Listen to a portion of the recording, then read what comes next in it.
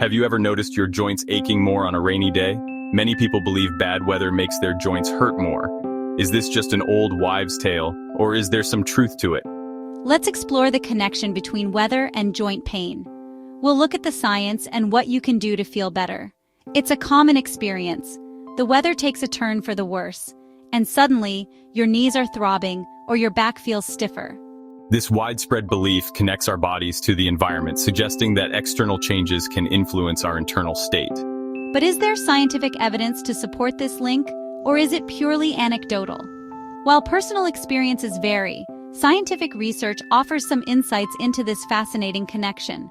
By understanding the potential impact of weather elements like barometric pressure, temperature, and humidity, we can start to unravel the mystery behind those rainy day aches. Our bodies are complex, and many factors contribute to joint pain. Weather is one factor that might play a role. Scientists have studied how changes in barometric pressure, temperature, and humidity might affect our joints. Barometric pressure refers to the weight of the atmosphere pressing down on us. When barometric pressure drops, which often happens before bad weather, the tissues in our bodies can expand slightly. This expansion might put pressure on our joints, leading to pain. Temperature also influences our bodies. Cold temperatures can make our muscles and tendons stiffen, restricting movement and increasing the likelihood of discomfort. Additionally, cold weather can thicken the fluid inside our joints, making them less lubricated and potentially causing pain. Humidity, the amount of moisture in the air, is another weather element that might impact joint pain. However, the research on humidity is less conclusive. Some studies suggest that high humidity might worsen joint pain, while others haven't found a clear link. Imagine your joints as finely tuned instruments, sensitive to even the slightest shifts in pressure. Barometric pressure, the weight of the atmosphere, constantly exerts force on our bodies.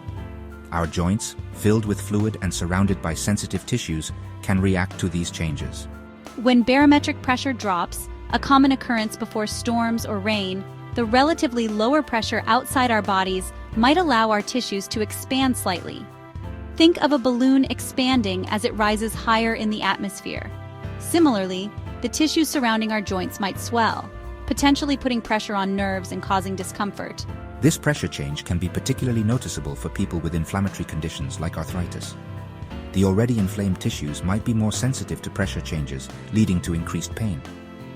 However, it's important to note that not everyone experiences joint pain with changes in barometric pressure. While more research is needed to fully understand the relationship between barometric pressure and joint pain, it remains a fascinating area of study. By understanding how this atmospheric force might influence our bodies, we can better manage our joint health. Section 4. Temperature's impact, from blood flow to joint fluid. Temperature plays a significant role in our overall well-being, and our joints are no exception. When temperatures drop, our bodies instinctively try to conserve heat, leading to physiological changes that can affect our joints. One way cold temperatures impact our joints is by constricting blood vessels. This constriction reduces blood flow to our extremities, including our hands and knees, which are common sites of joint pain. Reduced blood flow means less oxygen and nutrients reach the joints, potentially leading to stiffness and discomfort. Furthermore, cold temperatures can affect the viscosity or thickness of synovial fluid, the lubricant that allows our joints to move smoothly. As temperatures drop, synovial fluid can thicken, making it more difficult for joints to glide effortlessly. This increased friction can lead to pain and stiffness, especially during movement. On the other hand, warmer temperatures can have the opposite effect, promoting blood flow and relaxing muscles, which might ease joint pain for some individuals. However, excessive heat can also lead to inflammation, so it's essential to find a comfortable balance. Section 5. The mystery of humidity, friend or foe. Humidity, the amount of moisture in the air, is another weather variable that people often link to joint pain. However, the relationship between humidity and joint pain is less clear-cut than that of barometric pressure or temperature. Some people swear their joints ache more in humid weather, while others don't notice a difference. One theory suggests that high humidity might increase the sensitivity of our nerves, making us more aware of existing pain. Another possibility is that high humidity, especially when combined with heat, can increase inflammation in the body, potentially exacerbating joint pain. However, research on humidity's impact on joint pain has yielded mixed results. Some studies have found a correlation between high humidity and increased joint pain, while others haven't. This lack of conclusive evidence underscores the complexity of the issue and the need for further research. Despite the uncertainty surrounding humidity's role, it's essential to listen to your body and note any patterns you observe.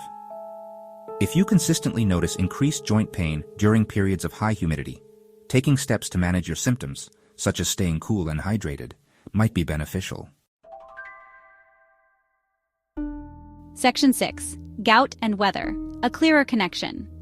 While the link between general joint pain and weather remains somewhat ambiguous, there's stronger evidence connecting weather changes to gout flares. Gout is a type of arthritis caused by a buildup of uric acid crystals in the joints, leading to intense pain and inflammation. Studies have shown that high temperatures and low humidity might increase the risk of gout flares. When temperatures rise and humidity drops, our bodies lose fluids more rapidly through sweating. This dehydration can lead to a higher concentration of uric acid in the blood, increasing the likelihood of uric acid crystals forming in the joints and triggering a gout attack. Moreover, changes in barometric pressure, especially sudden drops, might also play a role in gout flares. These pressure changes might affect the way uric acid is processed in the body, potentially leading to a buildup in the joints. If you have gout, it's crucial to be mindful of weather changes and take precautions, especially during hot, dry weather. Staying hydrated, avoiding alcohol and purine-rich foods like red meat and shellfish, and taking medications as prescribed by your doctor can help manage gout and reduce the frequency of flares. Section 7. Taking charge. Tips for managing joint pain. Whether or not weather plays a role in your joint pain, there are steps you can take to manage your symptoms and improve your quality of life. Here are some practical tips. Stay active. Regular, gentle exercise helps keep your joints lubricated, strengthens the muscles surrounding your joints, and improves flexibility. Choose activities that are easy on your joints, such as swimming, walking, or cycling. Maintain a healthy weight.